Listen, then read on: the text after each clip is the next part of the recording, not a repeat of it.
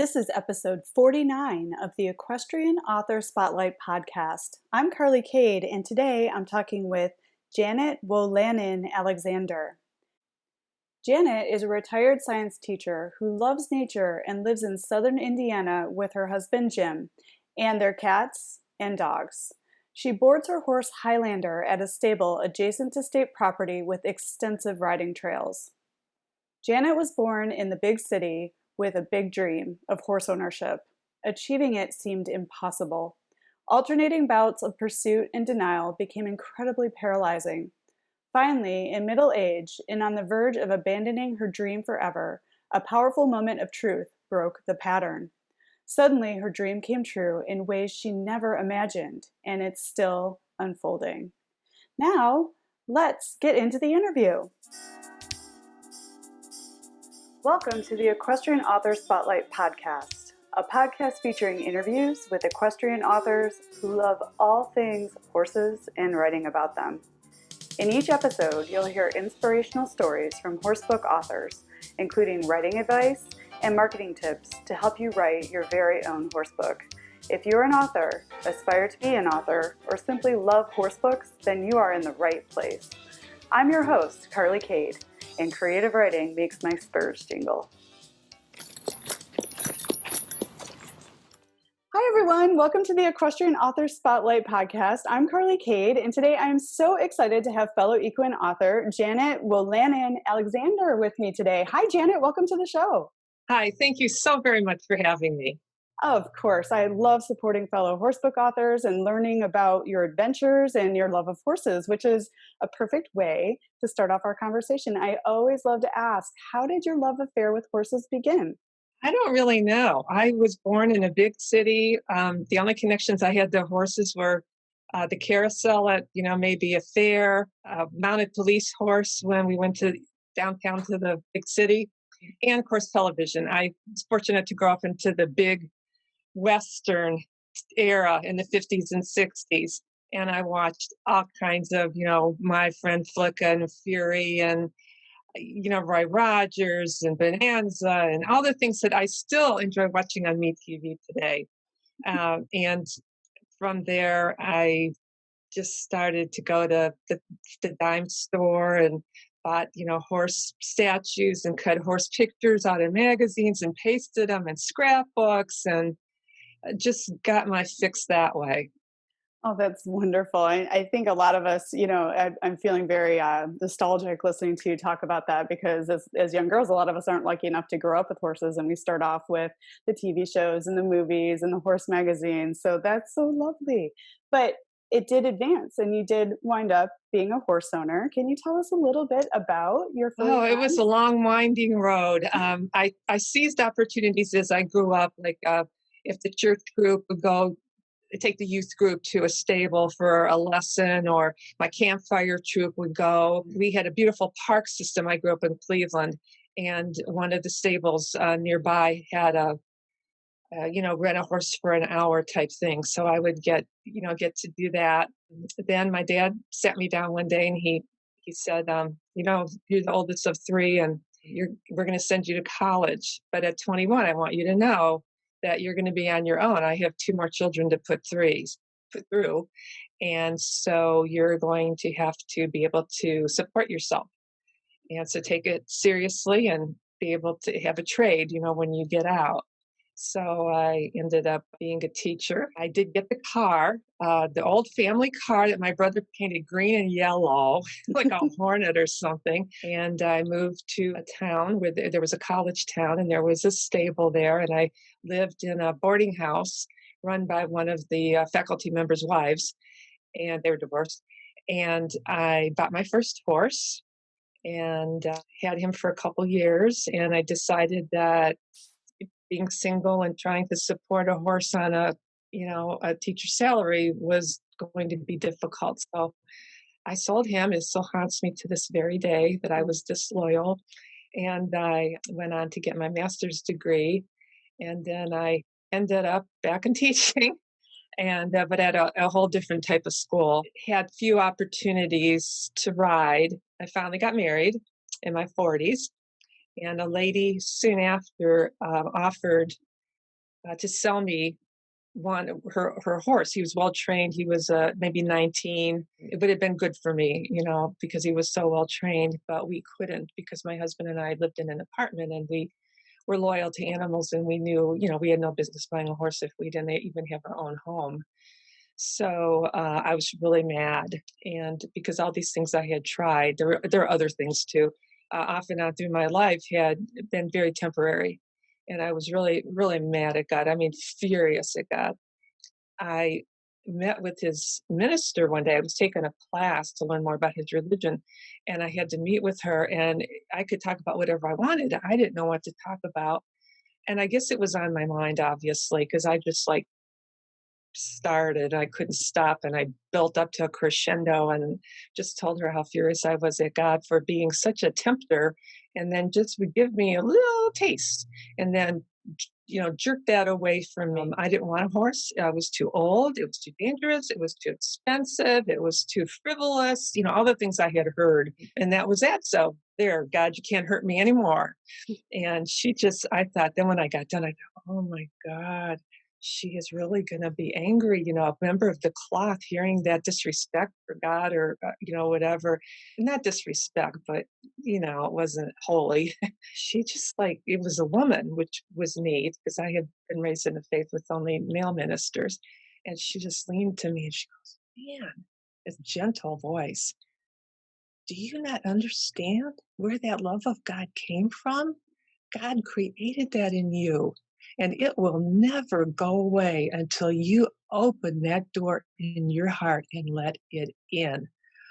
I have never had such an experience. I honestly felt like I was twirling in a room with no gravity, and I just was so shocked. And when kind of came to reality again, I just accepted that belief and went home, and my husband was there. We had just bought a house. It just happened that we had just bought a house. We were living in Kentucky, and we moved to New Albany or to Indiana. The housing prices were less, and so I told him what she had said, and he said, "Well, we have our house now, and we moved here because the housing market is less expensive than it is in Louisville. So maybe horses are less expensive here. So why don't you go ahead and check out what goes into buying a horse and taking care of a horse and how much everything's costs, and we'll look at our budget and we'll see if we can afford it." And I made one call to a friend of mine and said, "Can you recommend someone in Indiana who can tell me the pricing?"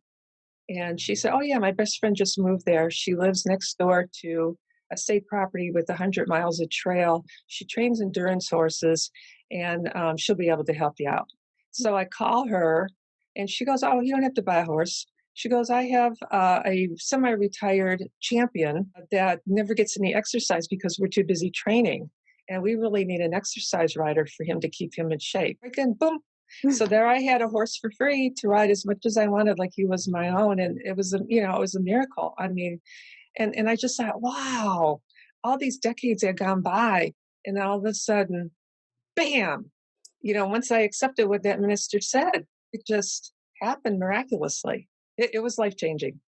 Wow, that's amazing. And that experience actually led to your memoir, right? And that's sort of what inspired your memoir, At Right. Home on a Horse in the Woods. Tell us about how that experience inspired your writing this book.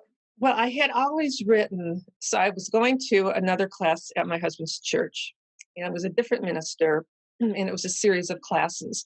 And one day she announced at the end of this class, we are going to have a talent show. And I thought, great.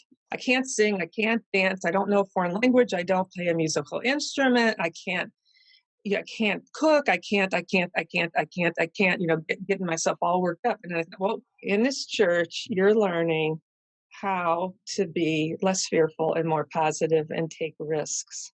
So just calm down. Let's go about it a different way. So you don't feel like you have any talents, but what do you like doing? And I thought, okay, that's easy. I love to write and I love to ride. So nobody else in my group was a rider or a horse person. So I thought, okay, I will take them on a vicarious ride through the woods on the horse I was riding. His name was Dancer. And so I did. I tried to get, all the senses involved in my story and so forth. And I read that to the class and they seemed to like it. And then I started sending stories to a horse magazine, and they published a couple. And I didn't get paid, but I saw my name in a magazine that was legitimate, and that kind of started it out. So when I retired from teaching, when I was teaching, I had friends, colleagues at school that would read and edit my works. But then after I retired, I joined a writers group, and I continued writing and getting going through them. Their writers groups are wonderful for writing. They really help you, improve your writing and open you to different genres. And it was a great group. So finally I had a pile, and I thought, okay, well, maybe I could publish this pile.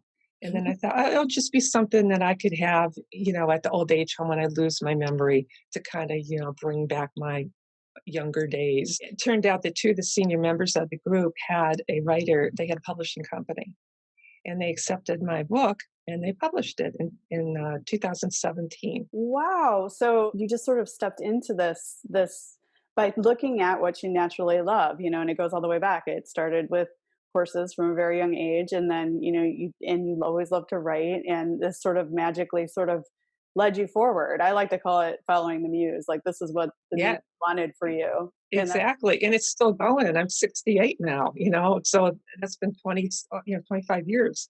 that's wonderful. It's So like unfolding, and so many, it just keeps unfolding. it's so powerful and brave to keep following that. I like to believe that you're never too old to accomplish anything Oh, that you're exactly. inspired to take on. I mean, and you're having a lot of success with your first memoir. So I wanted to ask you, so you started writing for a talent show, you got involved with the writing groups, and you started like accumulating a pile for your memoir. Was there any structure that you put in place to the writing process in order, I mean, did you know where you wanted to take these pages, or were you just writing experiences? Like, how did you go about actually putting your memoir Okay. together? Gotcha. I put them all in a chronological order. Mm. And then I thought, okay, my first one was a poem in childhood. So I thought, well, that's not going to be too grabby, and that would be something better for the end of the book. And so, I don't know, I guess I just thought of the dramatic point, when I was mad at God was the most dramatic part, and decided to start there and then trace it forward. Then I decided to go back into my early 20s when I got my first horse, and then back to my childhood. And Mm. those were just, I had less stories then. So Mhm. that's how I kind of I start with the drama. So like each chapter becomes like sort of a story in and of itself, and then Right, you decide exactly. where you want to align them inside the book. So the book has, Well, no, that's yeah, great. and that's the other thing I did. The gal in my club that edited it, is a great editor. And I had her edit it. I mean, she had read all the stories because I had presented them, Mm. in my writers group. But when I put it in that order, the one thing I asked her to do, and I had already done it, but I wanted her blessing, Mm. was to make sure that, if I wanted her to take the part of someone unfamiliar with me and read all the stories. I had written transition stories where I thought they were needed, and Mm. to see if they all flowed. And Mhm. that's what she did during her editing process, was to make sure that they were, the continuity. There were some repetitions of different, ideas, but we left them in there just because, the pieces were written at different times, and just kept some of those. Like I talk a lot about living horses helping me to live in the present. And I Mm. say that several times throughout the book, but it's a good thing to emphasize. Oh, absolutely. Why don't we talk a little bit about that? It's like the way horses keep you present in the moment. Did that was that part of your healing, or part of the message inside of your book? Yeah, I wrote a story about my horse being a guru. I mean, it's like he naturally has everything that we strive to be spiritual, and that means to live in the present and not in the past and not in the future, which is what I did. I hardly ever lived in the present. Mm. They just naturally do that, and they don't make judgments, and they just go with the flow, and they're unconditionally loving, and uh, they're just so naturally holy. And then we say that, oh, dumb animals. I was like, oh yeah, right. No, they're brilliant, and I think you were very eloquent in how you just summarized that, and that's something that equestrians know from spending so much close time with these animals is just how spiritual and magical and holy these beings are, and how they bring you out of all the crazy that is human into the moment with them and just being with them, and they sense you, they feel your energy, they know what's going on with you. Would you agree? Oh yeah. Yeah. Yeah. So I wanted to talk a little bit about your title, At Home on a Horse in the Woods. Would you share a little bit about what the title of your book means and how it like captures or packages the heart of your memoir? It's kind of like a double meaning, the word home. It is the woods, and I love the deciduous woods. So it is a physical place that I enjoy. I love living where I do because we have 4 seasons.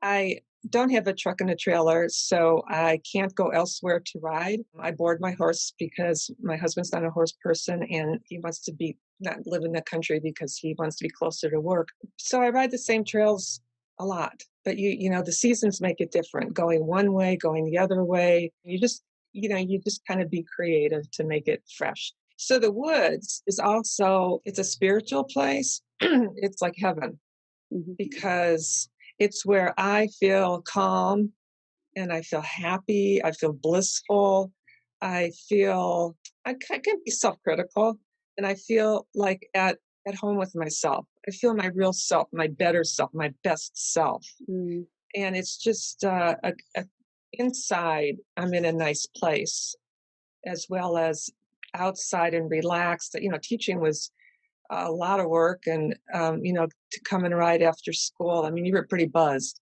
and just to be able to go and let it all go and relax. Mhm. I love that. I think it's so perfect. I mean, it summarizes the whole experience for you and what the readers of your memoir will experience as well.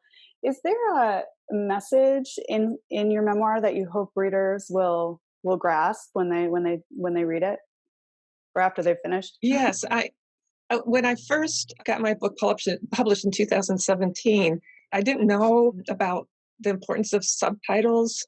And so I just chose a memoir. And I didn't realize either that once you get the book published, you're not finished. You're just starting a whole new production, which is selling and promotion and so forth, which is not something that, I, that was a big mind switch for me because in teaching, we just served and gave everything away. And to switch to business mentality was difficult for me. So I just happened on the web to find out that there was another publishing company that was larger, had a worldwide distribution, and it did give instruction in how to do the marketing. And I thought, oh, I need that. So I joined that. And one of the lessons I learned was that, in the new publisher's opinion, memoirs are hard to grab readers from because unless you're famous, who's going to know about me to want to write about me? They don't know who I am. So if I were famous, maybe that would be more popular. Mhm. So really what I needed to do, or was suggested that I do, is try to reach out to the reader to switch it from me to them. I didn't go through the normal process, of deciding like what my message was and who my audience was. I had to do that after I wrote the book, and it stymied me for a while because I thought, well, I don't know, it's just for me to read in the old age home. I was challenged to keep thinking, and so I came up with it is to encourage other people to take their dreams seriously, Mm. and when quit fighting it, don't take others' dismissals of it to heart. Keep pursuing it. When you get stuck, keep going and don't give up, because it's kind of like what you're put on earth.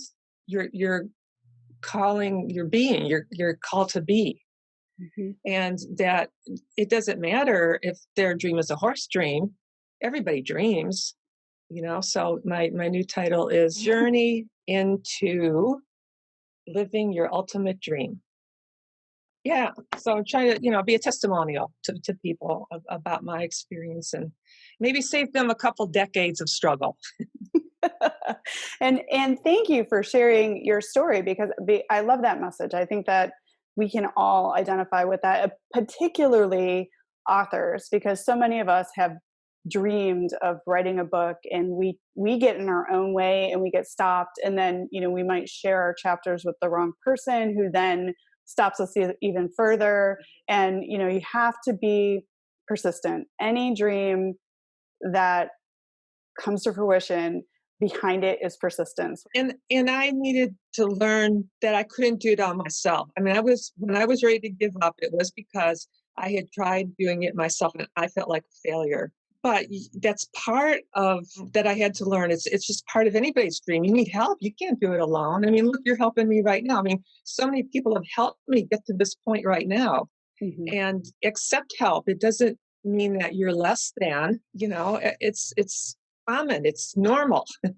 Yeah, it does take a community to have success around your book. You already mentioned multiple places where you had support: your writing group, your editor, the readers of your book. Being on this podcast, so it's a community, and you have, I'm sure you had a cover designer, you had your publisher, so there's a lot of people that are involved in the success of a book. But you shared with me that you are an introvert, and that is often, it's more difficult to reach out for help sometimes when you are an introvert. Is that sort of kind of where you started and then realized you could branch out? Yeah, yeah. Because when I was young, there were no other horse people or horse Mm. owners, so I didn't have any mentors. So I was on my own personal journey, Mhm. and it turned out that there are a lot of people. If you read my book, there's a lot of people that helped me, and I didn't realize. But it wasn't that one person did everything for me. Everybody had their piece Mhm. That's that they wonderful. gave me. Yes, and I'm glad you shared that. I think that's wonderful. And what advice would you offer to an aspiring author of a memoir? Is there any, you've already offered so much wonderful advice, but is there one thing that you'd want to share with someone who's interested in writing their own memoir? Well, one thing is to identify, like you're doing a service by sharing your story. It's scary to share your personal story. So one thing is to try to get over that. And one person who helped me was a lady in my writers group. When I got the book, the books, all the stories all accumulated. I shared at one of the writers meetings that I was terrified of publishing this because of opening myself up. And you hear so much these days about cyber bullies and, Mhm. so forth. I didn't want something, I didn't want attack. I didn't want to risk disapproval or attack or whatever. And that scared me. And I thought, well, gosh, I'm going to be fodder for some psychologists out there. I just was nervous about it, letting strangers in. And she's a dear lady and she's a poet. And she said, well, don't look at it like you're grudgingly letting strangers in.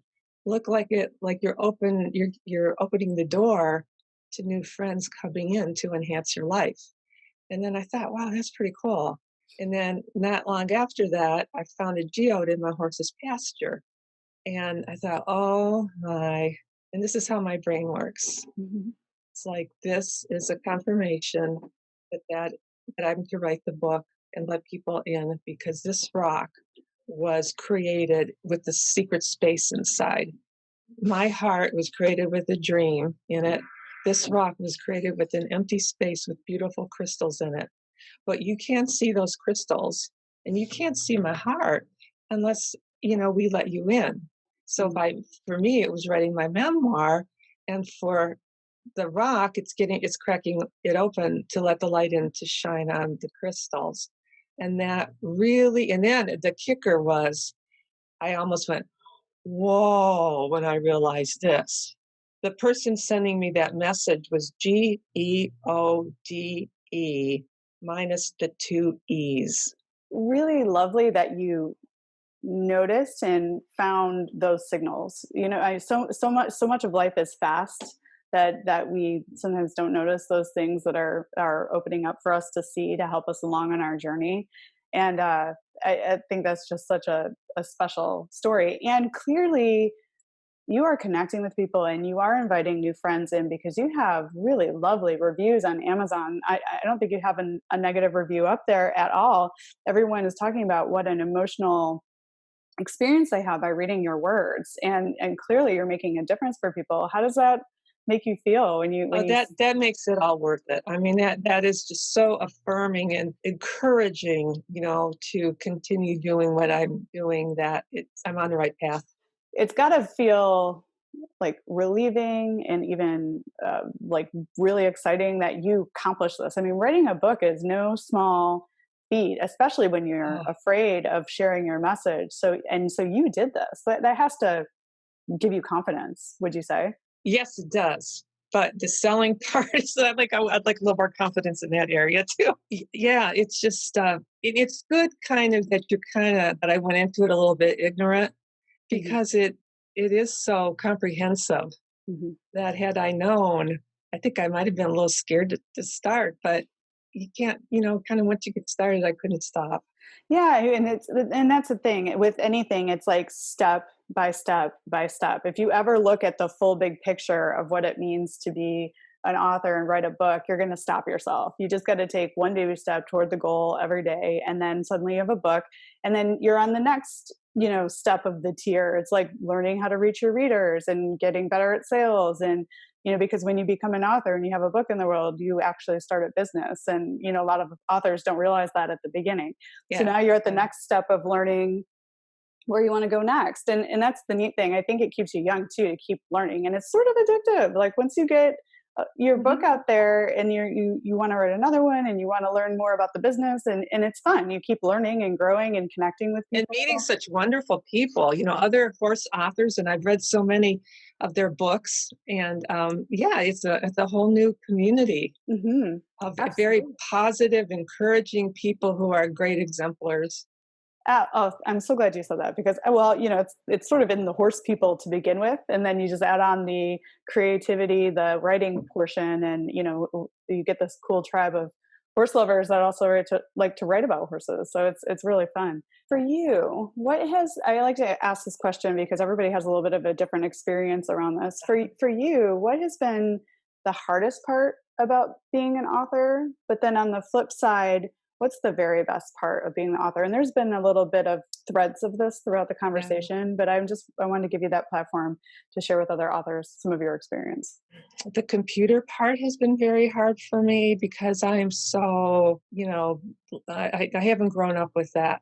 And about when I retired from teaching, that all came really in, like files, how you make a file and what's a zip file, and, just how you store things and find things again and put things together and send things away in the format. Just so much of that is like Greek to me. Mm. And I don't enjoy it. I like writing, Mhm. but there's only me. I'm a one. I've been told in a business it's good to have two people, one that actually likes to do the craft and one that likes to do the computer business end. And I don't have that. Mhm. But I'm working on the other book. So I have the pleasure of writing, and I can kind of go back and forth. So that was hard for me. It's hard for me to sell because as a teacher, we never had any intellectual property. I mean, I for many years I didn't even have textbooks and had to write everything, all my lessons, and create them. And so, I mean, oh my gosh, if I got paid for every lesson plan that I created, I'd be a rich woman after 30 years of teaching. But you don't think that way, and you just share them at teachers' meetings, and you don't get paid for that. So switching to like, how do you put a price on that? I mean, that's really been a struggle for me. And then the third one is opening up, like we discussed already, sharing that with people and hoping that it'll be useful to them. But I Mhm. did figure when I did release the book, I thought, well, hopefully it will be guided to the person that needs it. I mean, not everybody's going to read my book. So hopefully it'll get in the hands of the person, that it's meant to be in the hands of. Marketing is a difficult area for me. And also, being open to asking for help. And it's not that you're a failure because you can't do this. I mean, that's what teaching is. If I had to summarize what I learned in my teaching career, it was that you met a person at their level, and then you're at a different level. And your challenge is to translate information at their level that will engage them and bring them a little higher until the next teacher can take them off from that level. It's not to stand up there and, show off how smart you are or how much more you know. I mean, it's to do this in a way that is affirming. Mm-hmm.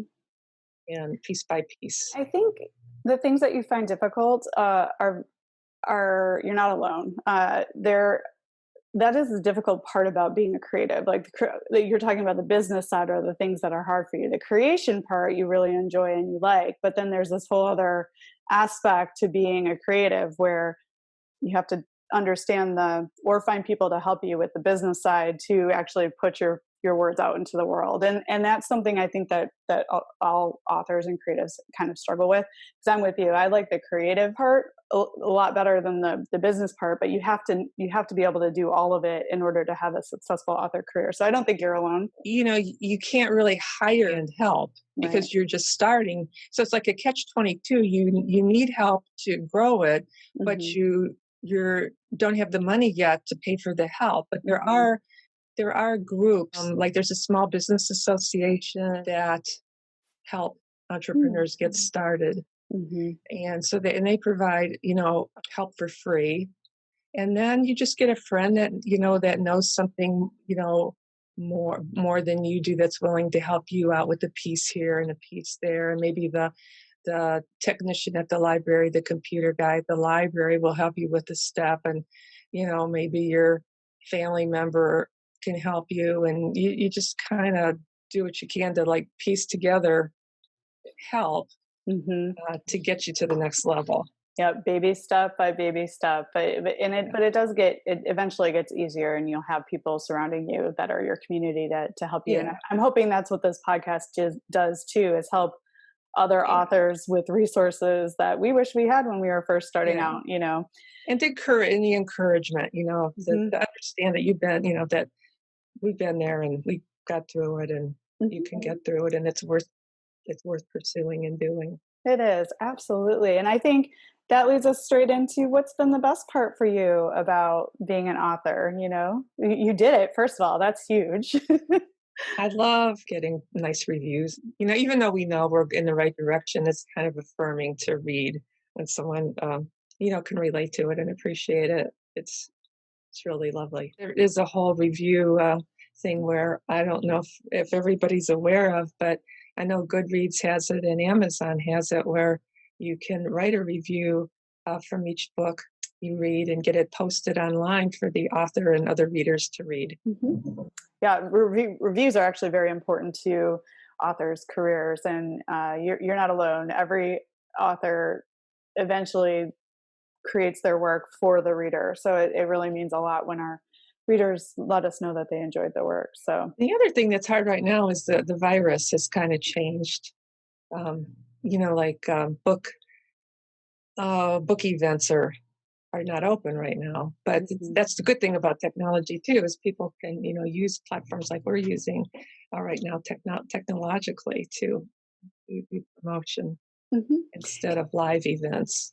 And I think that bears saying that even though you don't enjoy the online technology part of the book promotion, you don't have to really do that stuff to actually have success as an author. There's speaking engagements, there's book clubs, there's events that you can go to and be a part of, there's your local bookstores.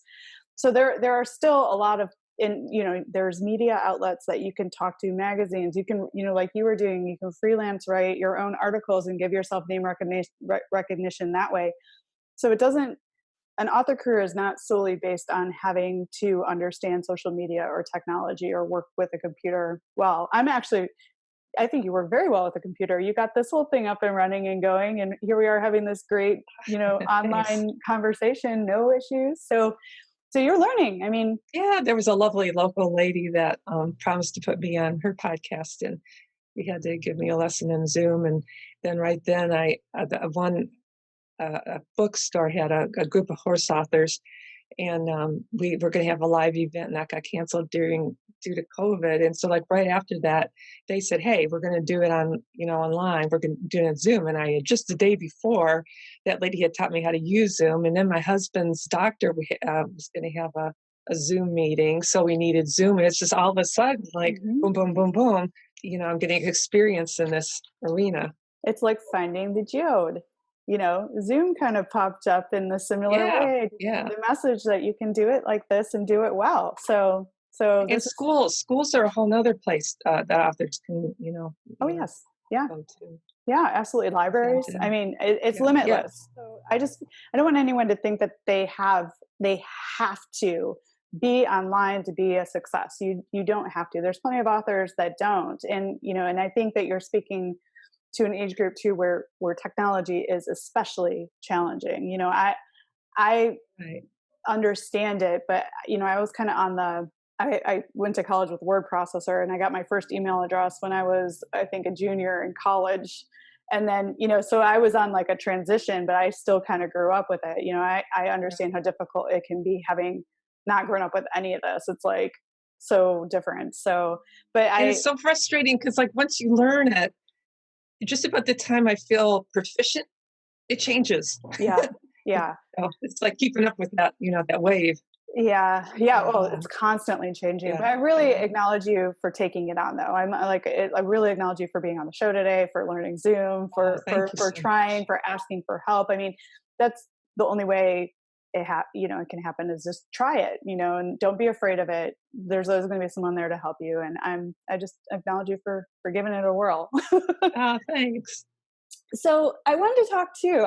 You also, in addition to writing, you also braid horsehair jewelry Yes. to help horse lovers celebrate the special bonds they've developed with their horses. Tell us about your jewelry and where people can find your jewelry, and how'd you get started doing that?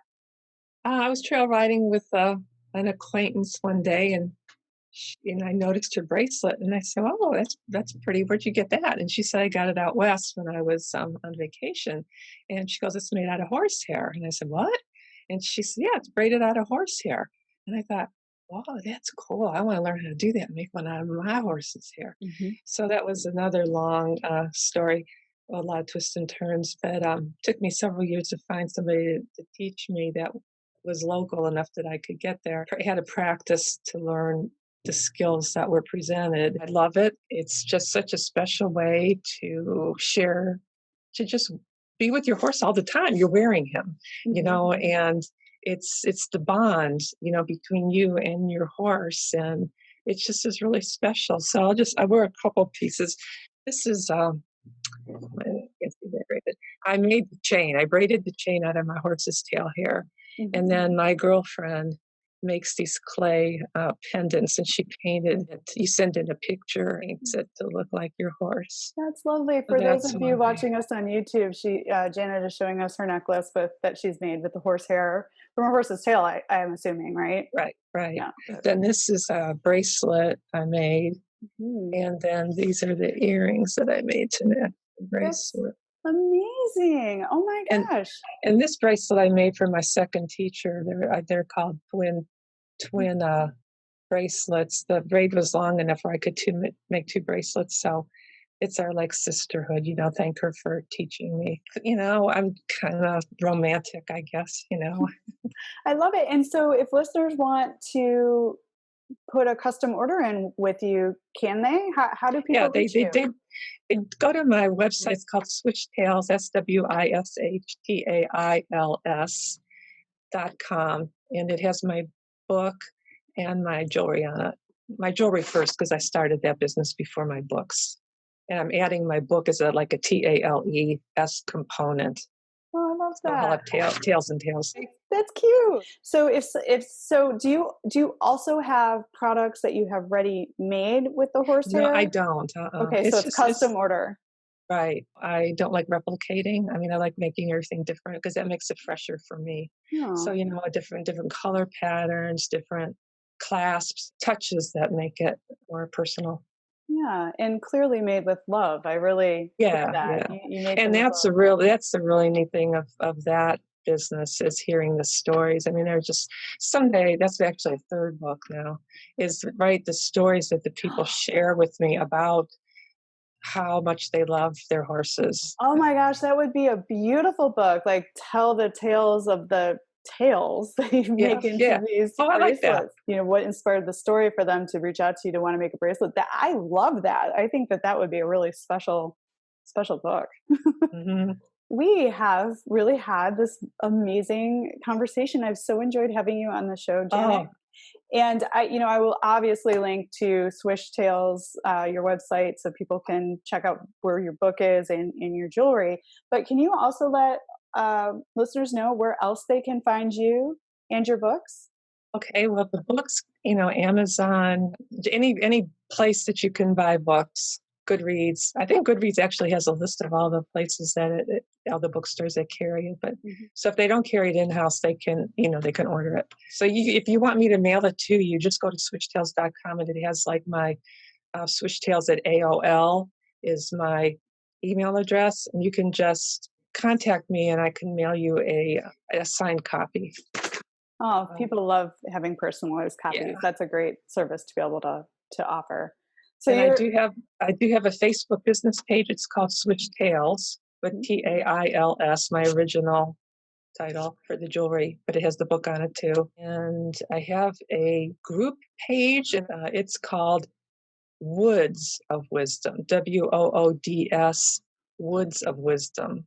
That's great. And I'll link to all those places in the show notes so people can find where you are. And I have to say, for someone who is nervous and doesn't find herself technically savvy, you are in an awful lot of online places with your horsehair jewelry and your books. That's It's been a great. journey. Janet, I have so enjoyed having you on the show today, and I wish you tons of success with your book and your future books. And thank you for talking with us today and sharing your journey.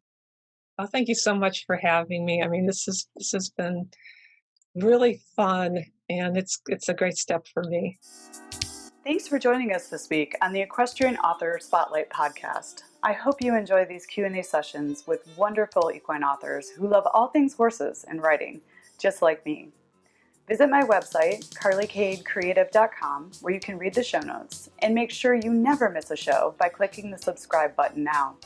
This podcast is made possible by listeners like you. Thank you so much for your support. Want a free guide to secrets of horsebook authors? Gallop over to carlycadecreative.com/wisdom to have author advice delivered instantly to your inbox. If you are an author who writes about horses and would like to be spotlighted, please let me know. Visit my contact page at carlycadecreative.com to fill out a request. I'd be happy to have you on the show too. Thank you for tuning in to the Equestrian Author Spotlight podcast. See you next time. I'm your host, Carly Kade. Creative writing makes my spurs jingle.